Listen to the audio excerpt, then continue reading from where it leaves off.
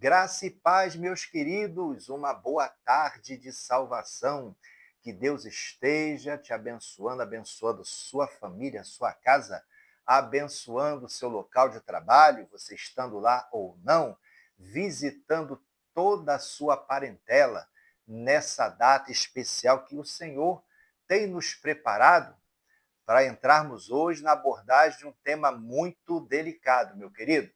A partir de hoje, vamos estar iniciando aí uma série de vídeos tratando da temática. Frequentar uma igreja evangélica é algo fácil? Quais os cuidados que temos de ter ao frequentar uma igreja evangélica? Estou dizendo que a igreja evangélica tem algum risco?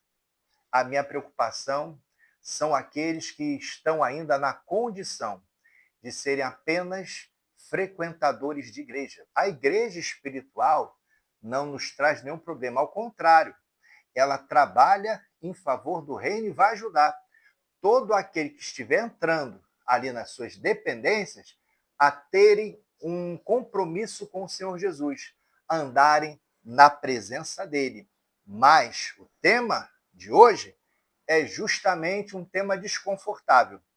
Se nós, enquanto crentes, e muitos não estão ainda amadurecidos na fé, como nós temos nos comportado quando o Senhor traz um visitante, traz alguém que está frequentando, já até tomou a decisão de servir a Jesus e está ingressando ali na nossa igreja? Pois é, a partir dessa data, vamos começar a trabalhar esse assunto e te peço que você, desde já, curta esse vídeo, compartilhe. Se não for inscrito, nos dê essa alegria, se inscreva no nosso canal, tá bom, meu querido? Eu quero embasar esse primeiro vídeo sobre esse tema numa passagem muito conhecida que se encontra em Jeremias 17, versículo 9, que diz assim: enganoso é o coração mais do que todas as coisas, e perverso, quem o conhecerá? Meu querido, vamos iniciar essa temática analisando aquilo que caracteriza o homem após a queda de Adão. Mesmo aquele que já fez o seu compromisso de fé, que está caminhando na presença de Deus, esse versículo também, ele se faz uma realidade. Pois mesmo quando na presença do Senhor, tendo um compromisso, buscando realmente ser fiéis ao Senhor, notamos muitas vezes que o bem que gostaríamos de fazer, não fazemos, e o mal que deveríamos evitar, esse sim praticamos. E para nós começarmos a adentrar no tema, o que caracteriza basicamente as igrejas pentecostais e as igrejas neopentecostais? Caracterizam-se pela realidade da manifestação do Espírito Santo, como nos tempos antigos, como no período neotestamentário, em que o Espírito Santo ali marca o seu início de atuação constante na vida daqueles que creem, no livro de Atos. Após estarem ali aproximadamente 120 reunidos, estavam órfãos, né? Porque Jesus tinha voltado ao Pai, e estavam ali aguardando da parte do Senhor o que eles iriam fazer a partir daquele momento. Que Jesus, que estava pastoreando até aquele momento fisicamente, agora se encontrava com o Pai. E aí, naquele clamor, o Espírito Santo desce como línguas repartidas e repousa em cada um.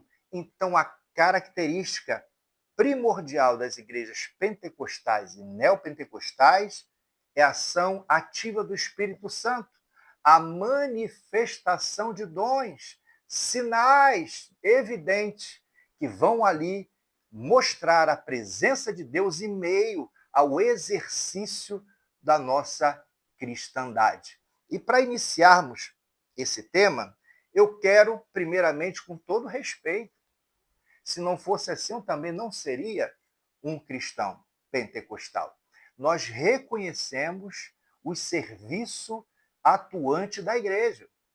A igreja tem contribuído para que muitos problemas sociais venham ser resolvidos.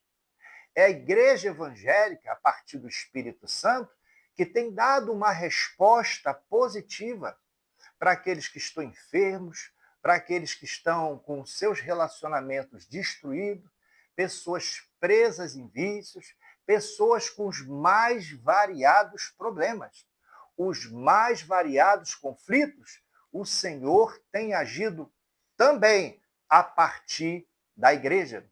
E mesmo quando ele efetua algo na vida de alguém que ainda não está membrado, a tendência natural dessa ovelha é buscar uma igreja para começar a servir o Senhor.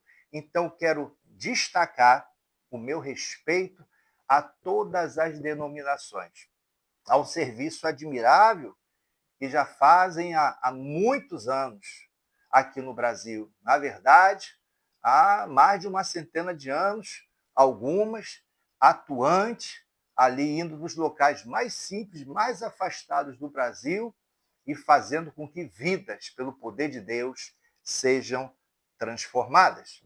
Também eu quero destacar no dia de hoje o ser humano, que é o objetivo central, como instrumento nas mãos do Senhor para alcançar aqueles que ainda não conhecem Jesus Cristo. Então, meus amados, como a Bíblia mostra que é esse ser humano? Aquele versículo que eu usei de embasamento já nos traz a realidade desse homem. Um homem que, após a queda de Adão, ele não tem mais em si a condição de se manter sem oscilação na presença de Deus. Inúmeras forças da nossa natureza foram potencializadas com a queda de Adão. Não só entrou a morte no mundo, e ela está presente na nossa história de vida. Todos nós vamos morrer se Jesus não retornar antes. Todos nós adoecemos, todos nós temos variações, às vezes mais sutis, muitas vezes severas, no nosso estado de ânimo. Isso tudo mostra o quão falho somos nós. Uma realidade que a Bíblia nos apresenta desde o livro de Gênesis ao livro de Apocalipse. Vemos homens e mulheres de Deus que o Senhor separou, que o Senhor manifestou o querer dele num período da história, na elaboração da Bíblia, e para feitos extraordinários, preparando a fundamentação da igreja, vemos esses mesmos homens terem situações de falha, de queda. Vemos Abraão, pai da fé, teve momentos que ali a Bíblia registra que ele teve medo, mesmo o Senhor dando garantias para ele. E assim foram todos os personagens bíblicos. Então, uma coisa que vai justificar o cuidado daqueles que estão iniciando a caminhada numa igreja evangélica é que aqueles que lá estão são falhos. Ser cristão evangélico não nos dota de poder de não falharmos. Às vezes um erro simples, às vezes um erro mais grosseiro. Tem aquelas falhas de quem procura acertar e tem as falhas que são tendenciosas. Pessoas que querem exercer, a partir da instituição igreja, um controle sobre a vida daqueles que estão ingressando ali, naquele lugar onde Deus é invocado, que não é qualquer lugar, é um lugar separado para a manifestação da glória de Deus. E eu quero conversar com os amados agora, trabalharmos sobre a questão principal do que nós estamos conversando.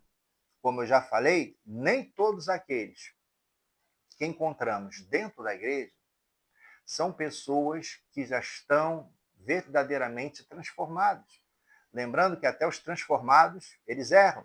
Só que o que caracteriza aqueles que já estão num processo de transformação mais amadurecido é que elas vão se refrear mais e não vão ter dificuldades quando machucam, quando trazem algum desconforto para aqueles que estão ingressando na denominação deles, na igreja do Senhor, eles não vão ter nenhum problema de depois chegar para essa pessoa e aplicar a justiça de Deus, a verdade do Senhor, em algum desconforto ocorrido.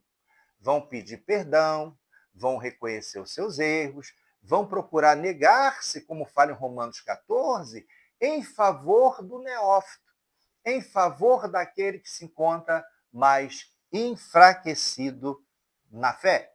Então, quando eu entro nessa igreja, eu tenho que ter essa percepção. Mas espera aí, você tem falado nesse vídeo da postura daqueles que já estão lá ao receber quem está vindo. Sim, aí trazemos a responsabilidade para nós. Como nós estamos nos comportando com aqueles que estão chegando? Muitas vezes a gente pode ampliar essa questão. Eu fui um instrumento para ir lá fora, trazer uma vida que o Senhor despertou o arrependimento, despertou o senhorio dele na consciência daquela pessoa. Ela está vindo para a igreja através da minha vida. Será que eu vou ter a mesma paciência, a mesma gentileza, a mesma atenção que eu tive com ela quando ela ingressa na igreja? Pois é isso aí. Esses temas nós vamos trabalhar no próximo vídeo, partindo desses 3 detalhes, dessas 3 áreas que eu coloquei para o meu amado, que está aqui comigo, nesse dia, trabalhando essa temática. Pensando dentro do que foi colocado. Na igreja tem um ser humano falho. Na igreja temos esse ser humano falho que tem uma tendência natural para o pecado, para se inclinar pelo pecado. E temos a questão que eu diria central. Nós estamos, de alguma maneira, colaborando para que aquele que está chegando na igreja permaneça ali? Ou estamos mais interessados em nos evidenciarmos, em evidenciar aquilo que caracteriza a denominação para que ele venha se firmar na presença do Senhor? É um tema que eu reconheço que é muito delicado. Comecei de uma forma hoje introdutória, só para que nós pensemos.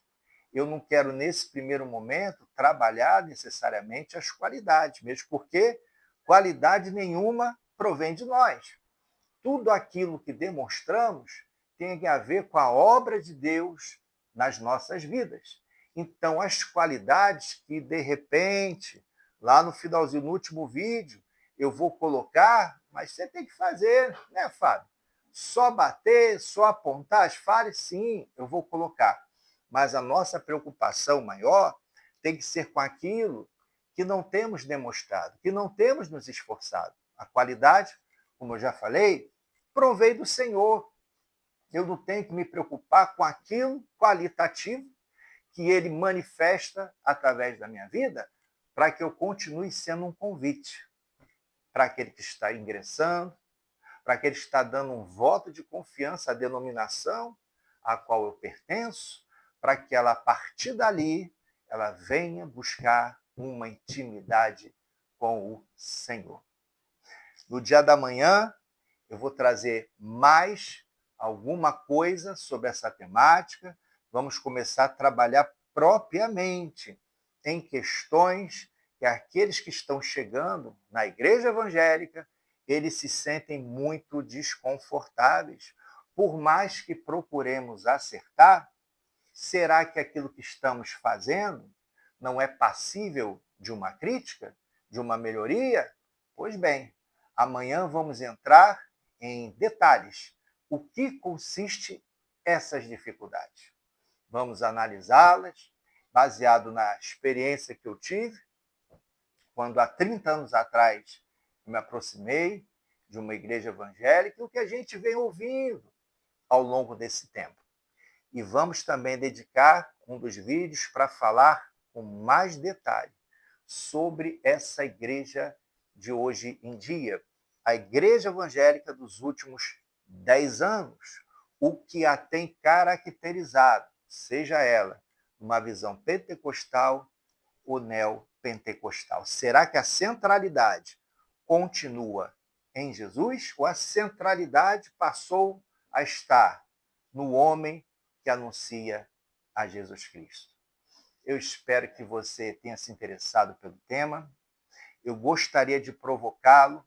Se você já tiver alguma coisa que você tenha sofrido na igreja evangélica, quando você também estava buscando criar raízes, ou pessoas próximas a você que têm sofrido, mande o seu comentário. Coloque ali a sua dúvida. Eu vou respondendo na medida dos vídeos que iremos trabalhar certas questões centrais. E aí, de repente, eu trago o seu comentário para ilustrar, para exemplificar melhor algo que a gente esteja conversando numa referida data. Que Deus o abençoe, meu querido. Que Deus te dê uma boa continuação de segunda-feira. Continue firme e constante. Independente do que acontecer, busque sempre o Senhor, pois Ele tem a resposta para a situação que você tem vivido. Amém, meu querido? Desejo que o Senhor te abençoe e fica na paz.